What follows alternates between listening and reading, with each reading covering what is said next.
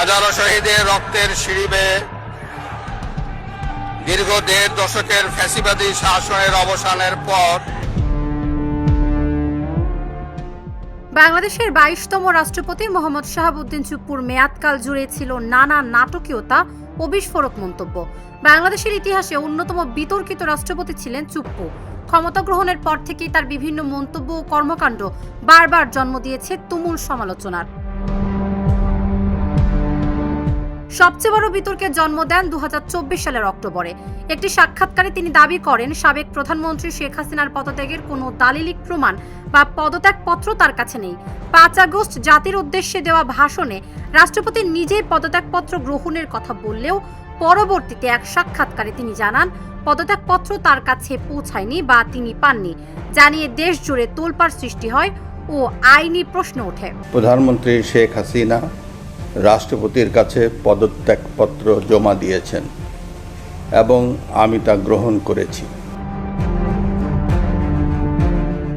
২০২৬ সালের ১২ মার্চ ত্রয়োদশ জাতীয় সংসদের প্রথম অধিবেশনে ভাষণ দেওয়ার সময় রাষ্ট্রপতি মোহাম্মদ শাহাবুদ্দিন বিএনপি প্রতিষ্ঠাতা জিয়াউর রহমানকে স্বাধীনতার ঘোষক হিসেবে উল্লেখ করেন। আওয়ামী লীগের দলীয় মনোনয়নে রাষ্ট্রপতি হওয়া শাহাবুদ্দিনের মুখ থেকে এই বক্তব্য আসায় রাজনৈতিক অঙ্গনে ব্যাপক শোরগোল পড়ে যায়। সংসদ অধিবেশন থেকে জামায়াত জোটের সংসদ সদস্যরা ওয়াকআউট করেন ও সুপ্রিম কোর্টের পূর্ববর্তী রায় অবমাননার অভিযোগ এনে তার সমালোচনা করা হয়। স্বাধীনতার ঘোষক শহীদ রাষ্ট্রপতি জিয়াউর রহমান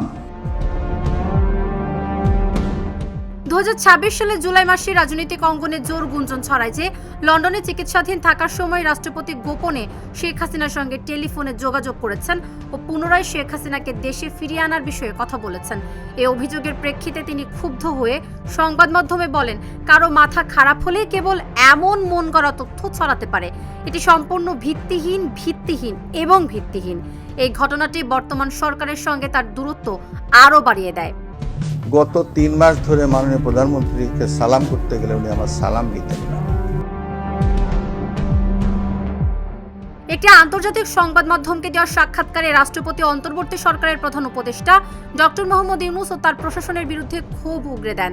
তিনি মন্তব্য করেন, দীর্ঘ ৭ মাস ধরে প্রধান উপদেষ্টা তার সঙ্গে কোনো বৈঠক করেননি ও বিভিন্ন দূতাবাস থেকে তার ছবি নামিয়ে ফেলে তাকে গভীরভাবে অপমানিত করা হয়েছে।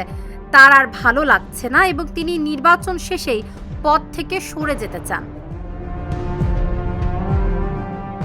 ২০২৬ সালের জুলাই মাসে যখন তার পদত্যাগপত্রের গুঞ্জন ও সরকার থেকে চাপের খবর চারিদিকে ছড়িয়ে পড়ে, তখন সাংবাদিকদের সরাসরি প্রশ্নের জবাবে তিনি কোনো স্পষ্ট উত্তর না দিয়ে রহস্য বজায় রাখেন।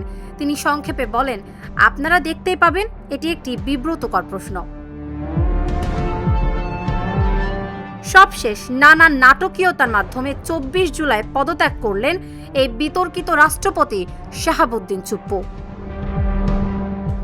তাবাসসুম সেজুথি, ঢাকা জার্নাল।